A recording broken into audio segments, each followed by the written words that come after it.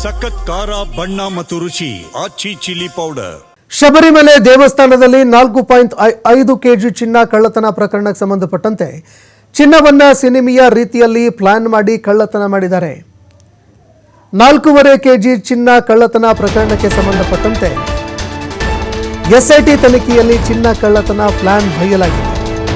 Unnikrishnan master plan ಕೇಳಿ SIT ಅಧಿಕಾರಿಗಳು shock ಆಗಿದ್ದಾರೆ.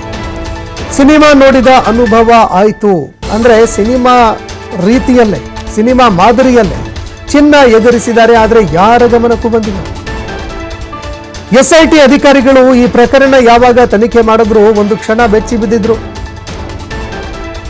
ಉನ್ನಿಕೃಷ್ಣನ್ ಮಾಸ್ಟರ್ ಪ್ಲಾನ್ ಕೇಳಿಕೊಂಡು ಎಸ್ಐಟಿ ಅಧಿಕಾರಿಗಳು ಶಾಕ್ ಆದ್ರು. ವಿಚಾರಣೆ ಮಾಡಿದಂತಹ ಸಂದರ್ಭದಲ್ಲಿ ನಾವು ಶಾಕ್ ಆಗಿ ಹೋದ್ವಿ. ಯಾಕಂದ್ರೆ ಸಿನಿಮಾನೇ ನೋಡಿದಂತಹ ಒಂದು ಅನುಭವವೇ ಆಗೋಯ್ತು. ಅದರಂತೆ ಎಸ್ಐಟಿ ಅಧಿಕಾರಿಗಳು ಚಿನ್ನ ಕಳ್ಳತನ ಪ್ರಕರಣದ ಪ್ರಮುಖ ಆರೋಪಿ ಉನ್ನಿಕೃಷ್ಣನ್ನ ವಿಚಾರಣೆ ಮಾಡಲಾಗಿತ್ತು. ಆ ಸಂದರ್ಭದಲ್ಲಿ ಯಾವ ರೀತಿ ಕಳ್ಳತನ ಮಾಡಿದ್ರು ಏನು ಎತ್ತ ಅಂತ ಗೊತ್ತಾಗ್ತಾ ಇದ್ದಂತೆ ಅಧಿಕಾರಿಗಳು ಬೆಚ್ಚಿ ಬಿದ್ದಿದ್ದಾರೆ. ಇದೇನಿದು ಸಿನಿಮಾಗಳಲ್ಲಿ ಮಾತ್ರ ನಾವು ಕೇಳಿರ್ತಾ ಇದ್ವಿ, ಆದರೆ ನಿಜ ಜೀವನದಲ್ಲಿ ಅಂತಹ ಒಂದು ಕಳ್ಳತನ ಮಾಡಿದ್ದಾರೆ ಅಂತ ಬೆಚ್ಚಿ ಬಿದ್ರಂತೆ.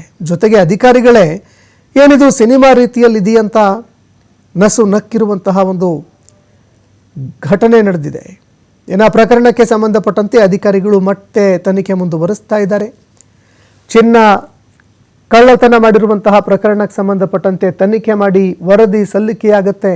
ವರದಿ ಸಲ್ಲಿಕೆಯಾಗುವಂತಹ ಸಂದರ್ಭದಲ್ಲಿ ಏನೇನೆಲ್ಲ ಆಯಿತು, ಹೇಗೆ ಕಳ್ಳತನ ಮಾಡಿದ್ರು, ಹೇಗೆ ಆ ಚಿನ್ನವನ್ನು ಎಗರಿಸಿದ್ರು, ಅಂದರೆ ವಾಶ್ ಮಾಡೋದಕ್ಕೆ ಅದನ್ನು ಕ್ಲೀನ್ ಮಾಡೋದಕ್ಕೆ ಅಂತ ತೆಗೆಯುವಂತಹ ಸಂದರ್ಭದಲ್ಲಿ ಈ ಚಿನ್ನ ಎಗರಿಸಿರುವಂಥದ್ದು ಈಗ ಸ್ಪಷ್ಟವಾಗ್ತಾ ಇದೆ.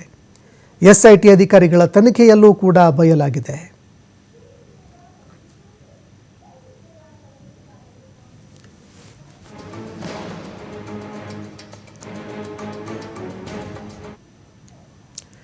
ಎರಡು 2019ರಲ್ಲಿ ಶಬರಿಮಲೆ ದೇಗುಲದ 2 ಬಾಗಿಲುಗಳು 2 ದ್ವಾರಪಾಲಕ ವಿಗ್ರಹಗಳಿಗೆ ಚಿನ್ನ ಮರುಲೇಪನ ಮಾಡೋದಕ್ಕೆ ಯೋಜನೆ ಮಾಡಲಾಗಿತ್ತು.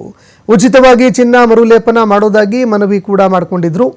ತಮಿಳುನಾಡು ಮೂಲದ ಸ್ಮಾರ್ಟ್ ಕ್ರಿಯೇಷನ್ಸ್ ಸಂಸ್ಥೆ ನಾವು ಉಚಿತವಾಗಿ ಇದನ್ನು ಮಾಡ್ತೀವಿ, ಫ್ರೀಯಾಗಿ ಮಾಡ್ತೀವಿ ಅಂತ ಹೇಳಿದರು. ಆದರೆ ಫ್ರೀಯಾಗಿ ಮಾಡೋದಾಗಿ ಹೇಳಿ ದೇವರ ಚಿನ್ನವನ್ನು ಎಗರಿಸಿದ್ದಾರೆ. ಹೀಗಾಗಿ ಸ್ಮಾರ್ಟ್ ಕ್ರಿಯೇಷನ್ಸ್ ಸಂಸ್ಥೆಗೆ ಮರುಲೇಪನ ಕೆಲಸ ಕೊಡಲಾಗಿತ್ತು.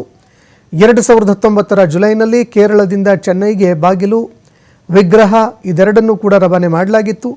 ಶಬರಿಮಲೆ ದೇಗುಲ ಬಿಡೋದಕ್ಕೂ ಮುನ್ನ 42.8 ಕೆಜಿ ತೂಕ ಇತ್ತು. ಚೆನ್ನೈನ ಸ್ಮಾರ್ಟ್ ಕ್ರಿಯೇಷನ್ಸ್ ತಲುಪಿದ ಬಳಿಕ 38.25 ಕೆಜಿಗೆ ಇಳಿಕೆಯಾಗಿತ್ತು. ಪ್ರಯಾಣದ ನಡುವೆ ಕೆಲವು ಪ್ರಭಾವಿಗಳ ಮನೆಯಲ್ಲಿ ಪೂಜೆ ಕೂಡ ಆಗಿತ್ತು. ಕೇರಳ, ಕರ್ನಾಟಕ, ತಮಿಳುನಾಡಿನ ಕೆಲವು ಪ್ರಭಾವಿ ವ್ಯಕ್ತಿಗಳ ಮನೆಯಲ್ಲಿ ಪೂಜೆ ಮಾಡಲಾಗಿತ್ತು. ಈ ವೇಳೆ ಚಿನ್ನ ಕಳ್ಳತನ ಮಾಡಿದ್ದಾರೆ ಆರೋಪಿಗಳು.